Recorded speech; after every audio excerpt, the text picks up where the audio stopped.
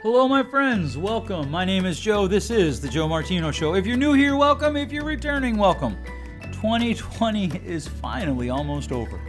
But I want to stop and I want to think about 2021. Yes, we should grieve all that has happened in 2020. We should look for the things that were good in 2020 and we should celebrate them. And we should probably decide to take 100% ownership for our life. Let's kick it off. This is the Joe Martino Show. You're listening to the Joe Martino Show, a podcast dealing with all things emotional, relational, and human nature. Joe is a licensed counselor in the state of Michigan, specializing in relationship therapy. He is also the author of the book, The Emotionally Secure Couple. All advice offered in this episode is offered for entertainment and educational purposes only. Enjoy the show. All right, so we are almost done with the year. 2 days when this drops, we'll be done. That's insane to me. What a wild year 2020 has been. And I want to talk to you today about this idea of intentional living. Last podcast, I was going to say last week, but I didn't put up an episode last week because of Christmas. I actually forgot to tell you that, so hopefully my long-term listeners figured it out, and hopefully if you're a new listener, you weren't too angry with me for taking the Christmas week off. It's also my wife's birthday that week, so we had a lot of things going on, and I just didn't want to do an episode. And now here we are. 2020 is almost over. We are looking at 2021, and I think it's probably good that we take a moment and we just recognize how crazy of a year 2020 was. It was just a terrible year in a lot of ways.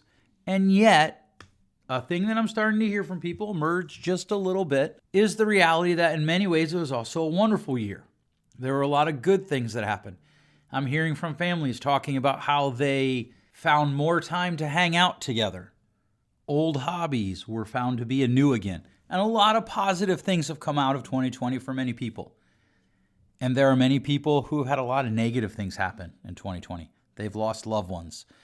They have struggled with job loss. They have lost maybe their house. And there's so many things, so many sad stories. I just read an article today that talked about how New Jersey, a state with some of the strictest lockdowns and most stringent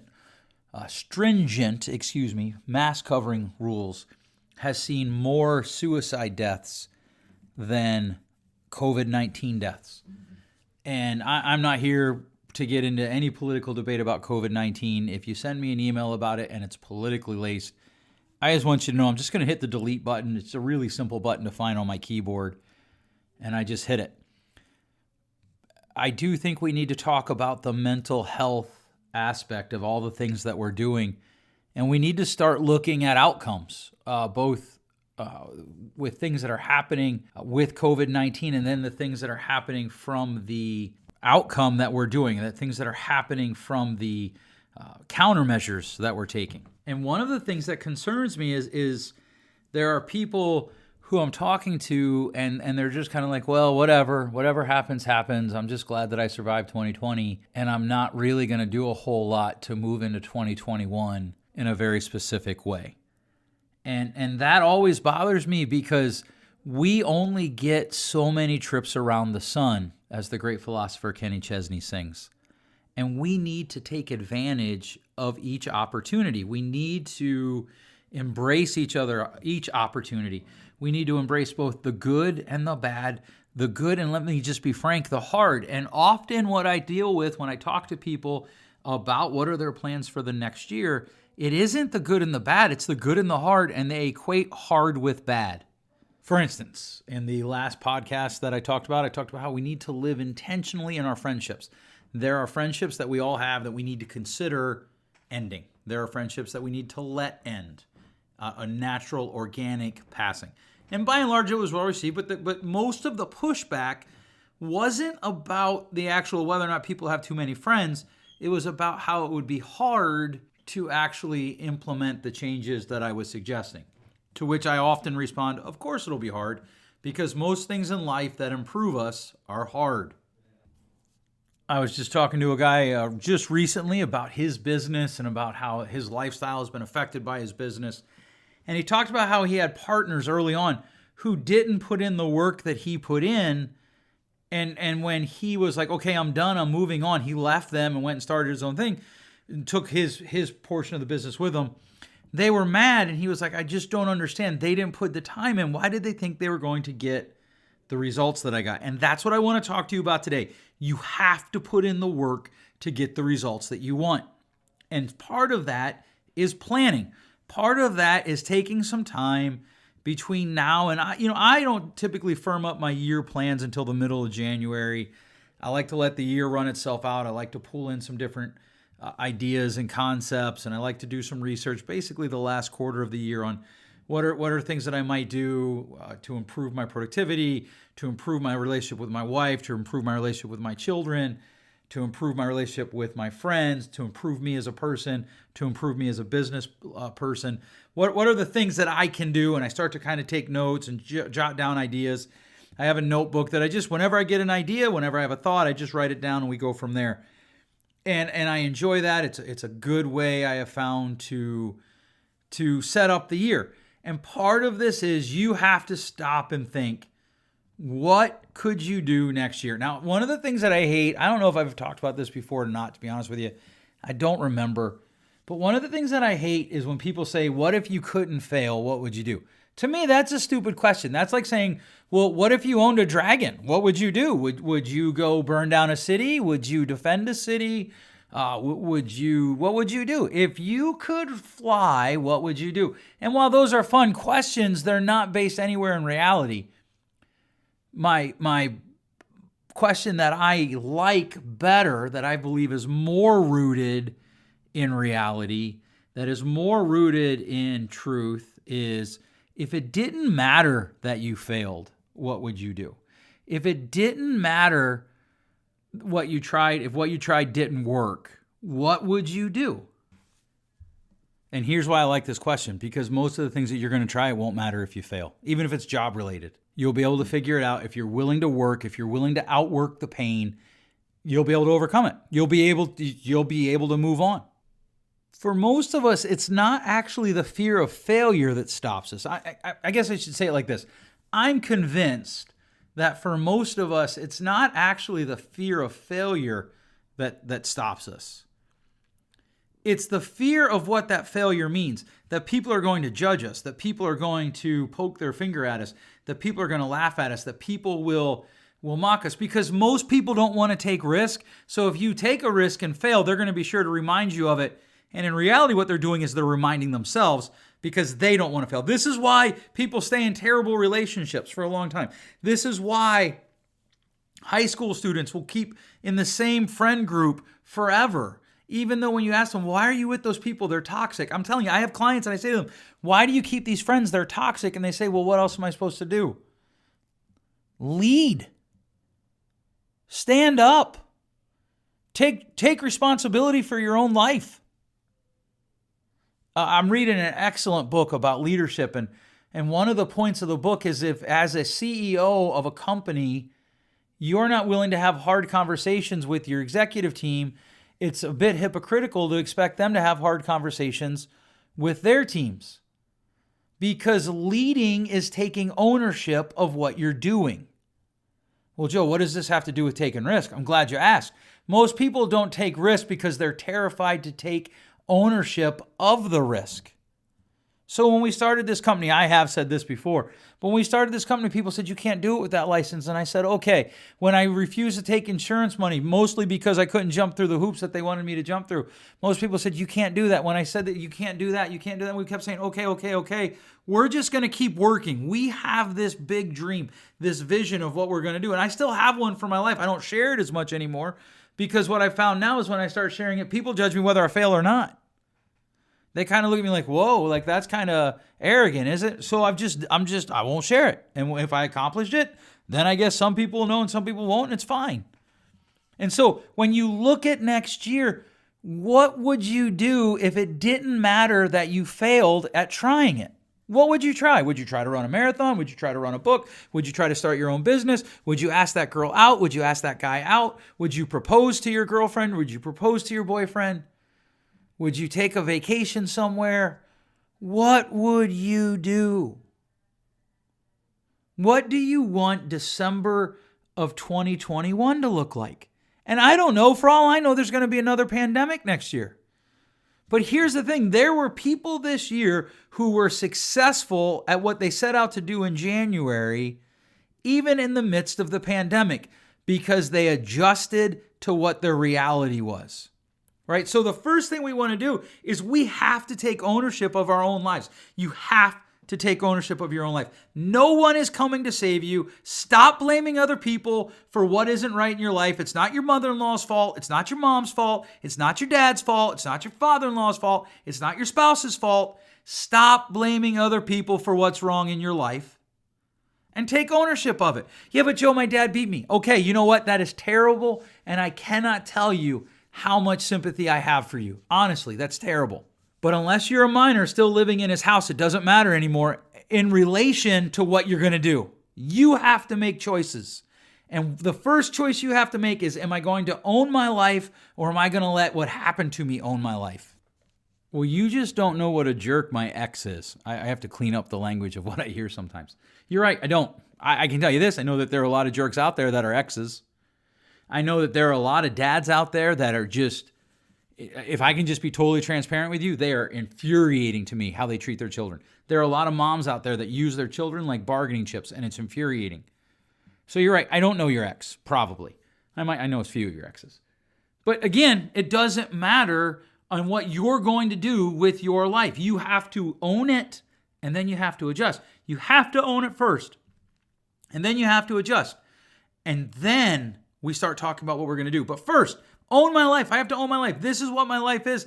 One of the things that I'm doing is what are the top 3 things that I have to do for my company, and how well am I doing them? I have to own that. I have to own those things. What are the top 5 things?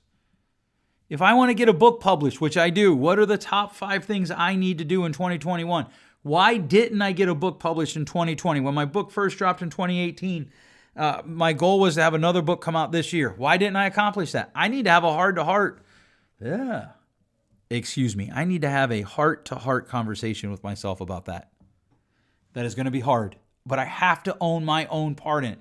Some of it was stuff that happened to me outside of my control, but my response to it was completely in my control, and I have to own that. So one of the things that I am considering, and I hope to have a decision made by January 15th, I might put this book on hold and start a different book called 5 Things That Every Relationship Needs, based on a talk that I gave to an organization, a couple of organizations, about 5 ingredients that every relationship needs. You have to own your life. Wherever you're at right now, look around your life. How satisfied with it are you? On a scale of 1 to 10, how satisfied are you? And then, what would you have to change if you were 100% responsible for your life, for your future? Now, I know some of you aren't going to agree with me that you are, so just please humor me. What would you do if you were? What would you do if you were 100% responsible for your future? One of the things that it constantly blows my mind is people are willing to blame outside forces for everything bad that happens in their life. They're willing to blame forces outside of them, and they rarely give outside forces credit for the good things. Right? Well, I had a teacher who gave me an F. Really? Did you have any teachers that gave you an A when you deserved a B? My coach didn't give me playing time. Oh, okay. Did you ever have a coach give you playing time when you didn't really put in the work and practice? You cannot blame the world for the things that are wrong in your life if you're not willing to blame them for the things that are good in your life. You have to accept ownership for your life, first and foremost. You have to. And then you adjust. So you start looking at the things that are going on around you, maybe to you, that you don't control. Maybe you got diagnosed with a sickness this year. Maybe you lost your job. Maybe you had to take 2 jobs to make up the money for the 1 job you lost. Maybe you lost your house. I don't know. I know a lot of terrible things happened this year. But what do you want 2021 to happen? And what are the adjustments that you have to make? If you were 100% responsible to make it happen, what are the things that you have to do? Just make a list. And I told you how I do it. I just have a notebook out that I just jot down ideas as they come, and I just keep going. You want to start a business? Wonderful. There's a lot of things that you have to do to start a business that people rarely take into consideration. I have people come up to me, hey, I want to start a business. Awesome. What's your target audience? I don't know, people. Okay, you're not ready to start a business. Right? It's amazing to me. Somebody put up an article today on Facebook, I was scrolling through, about how we should be mad at people who are wealthy because their wealth increased. Why? I'm curious, what did you create? Because all the people on the list that I saw that I should be angry at, they all created something that wasn't there before them. It just wasn't. And then here's the thing that I run into. Well, I tried to start a business, but I wasn't as lucky as them. No, you weren't willing to outwork them. Well, they started with more money than me. Okay, but what did you do with what you started with? So whether or not you believe in the Bible or Jesus or any of that is irrelevant to the next point. But I just want you to know, I'm going to be right up front. I'm about to use a Jesus story. Jesus, when he was walking on the earth, the Gospels record him telling an interesting story about men who were given talents. And the master comes up to him, he says, okay, you get 1 talent, you get 5 talent, you get 10 talents. I might have the numbers wrong. I didn't look it up before this episode. Maybe I should have. And the first guy's like, oh, I'm so scared. And so he goes and hides his talent. He doesn't lose anything, but he goes and hides the talent. I think it was actually 1, 3, and 5. Now I'm going to have to look it up. Okay, according to my quick search, it was 1, 2, and 5. But so the first guy hides it. He's like, oh my goodness, master. When the master comes back, he's like, okay, what did you do with what I gave you? He's like, oh master, I hid it because I was afraid. And then the second guy's like, okay, so I knew that you were an exacting master. So I went and I doubled it. And the third guy's like, yeah, I went and doubled it too. And the first guy gets in trouble, and the second and third guy, they get rewarded. Now here's the thing, they all could have failed. But the first one, what he did was he blamed his actions on his master. I wouldn't have done this if you weren't so exacting. And so many people do that. Well, I tried a business, but it didn't work. Okay, and? Like when I used to do marketing, I didn't do the marketing. For when our company would do marketing, and I'd have other people that were financially invested in the outcome. And one of the things we talked about all the time was I don't expect every advertising campaign we do to work. I expect like 1 in 4 to do good hits, because that's what research tells us are the numbers. That means I'm willing to fail 3 out of 4 times. I run into a lot of people in my industry who aren't willing to do that. I run into people who are like, well, why do you do a podcast for like 8 people? Because maybe it'll change something in those 8 people's lives. I don't know. I think I have more than 8 listeners, but maybe it is 8 people. But maybe something that is said will change something in those 8 people's lives. Maybe I do it for 8 people for 10 years. And in 10 years and 3 months, somebody says, oh, wow, hey, you know what? This is good. And it goes big and I help a lot of people. I don't know. But I know this. I feel like I have to get these words out. And I know that there are people who write me and say, hey, thank you. That was helpful. And that's because of a risk, right? So what am I going to do? What do I want? What would I do if it didn't matter if I failed? Now, what are the things going on that are working against me, and how do I overcome them? And here's how I do this. I make my list, and then I try to pick the most important 3 to 5. What are the 3 to 5 things that I have to do this coming year? Okay, so if I want to be I want to expand my businesses. I want to expand streams of income, whatever. Okay, well, what are the 3 to 5 things that I have to do?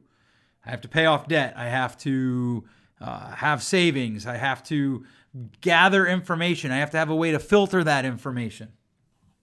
What are the 3 to 5 things that you have to do to be a better husband? What are the 3 to 5 things you have to do to be a better wife? One of them, I promise you, is you have to trim your friend list.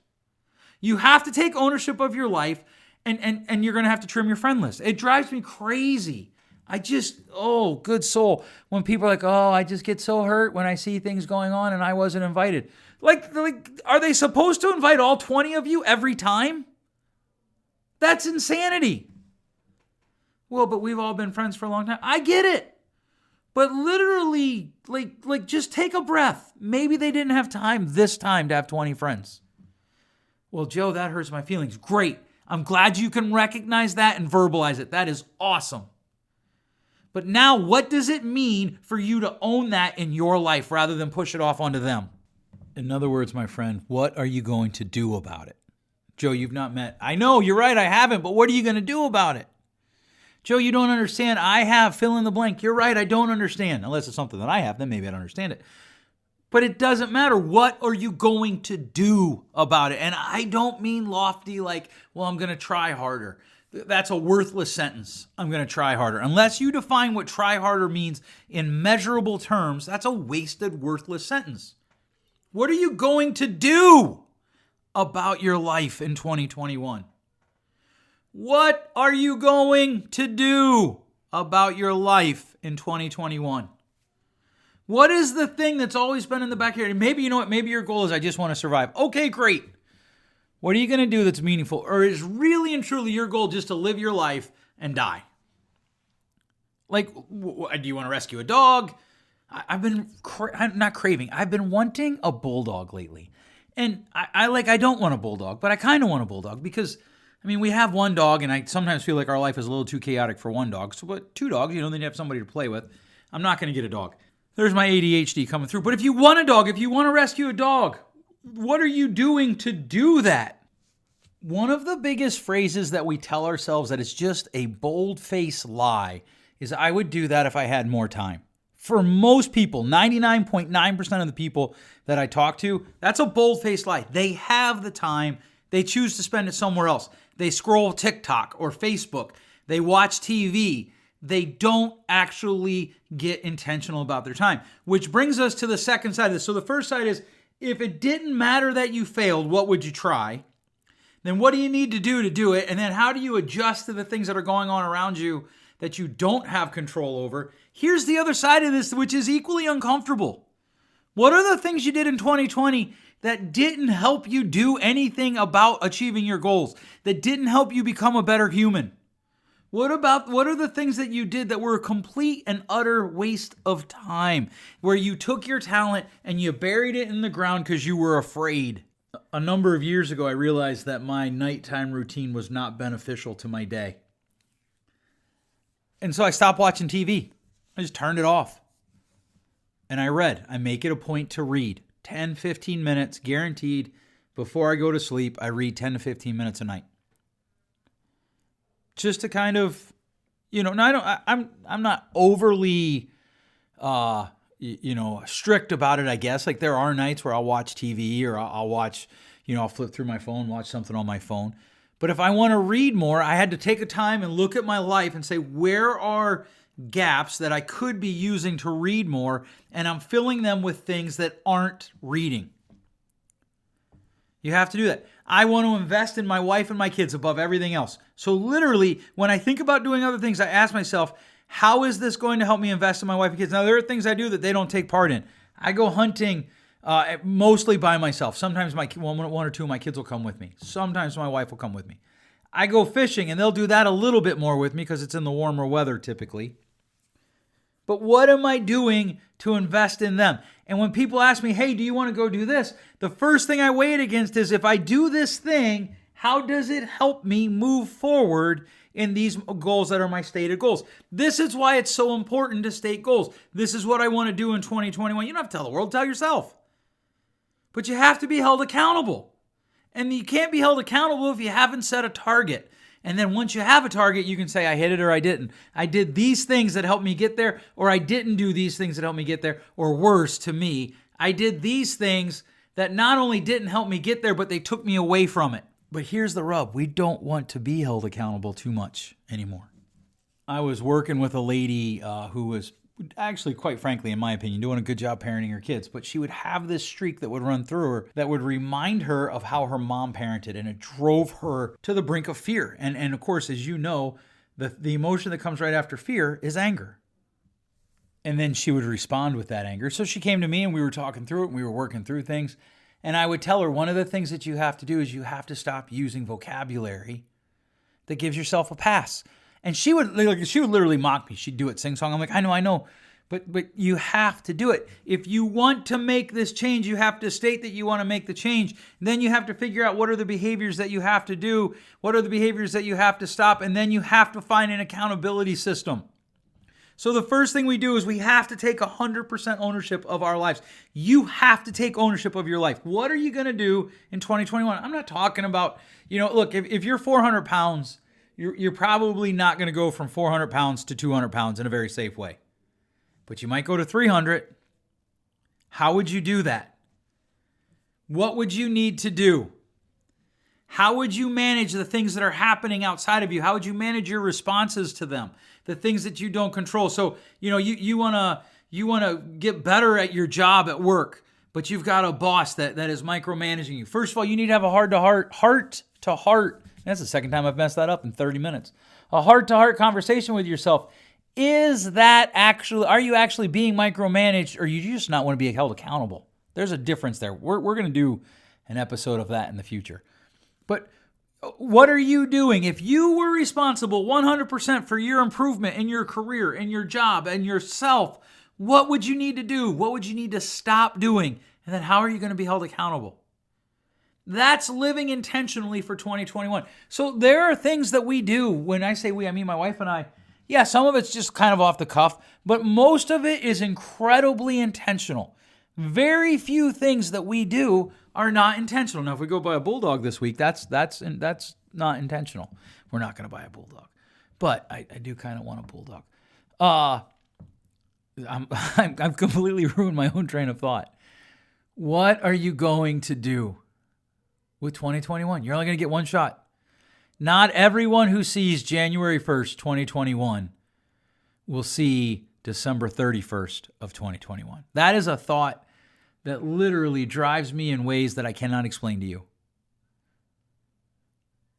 Simply because I saw or I don't know that I'll see because it isn't here yet, but let's just say that I will. Well, let's do 2020. Simply because I saw January 2020, January 1st, it doesn't mean I'll see December 31st of 2020. In fact, simply because I saw the sunset this morning doesn't mean I'll see the sunset tonight. And there is an old principle, it's ancient. An ancient wise person once wrote, if you number your days, you will have a heart of wisdom. Part of numbering your days is saying, what am I going to do with the 365 that I have in 2021? What am I going to try? And not like this long 25 list thing. That's too much. That's too much. 3 things. I don't know what they are. I know one of mine is I want to get the book done. I want to get the manuscript done. And I at least want to be ready to publish in 2022, if not 2021. But what are the things? Just 1, 2, 3 things. And then what are the behaviors that you need to start doing to get that done? Once you take 100% ownership of your life. For instance, okay, so here's an announcement and an illustration of this point. My YouTube channel, I think there's like 30 videos there. It's really interesting when you look at the first 6, they got a lot of good views, and then it all kind of fell off, and then it went back up, and then it stopped. And part of the reason it stopped is I just don't have time to do the video, to do the editing, to add the soundtrack, cut it up, put the soundtrack back in. I don't have the time. But Joe, you said stop saying you don't have the time. You're right. That's a great point. I'm hoping you caught that. I'm hoping when I said it, you're like, wait a second, Joe. I don't know what to stop doing in order to create the time to do that. I really don't.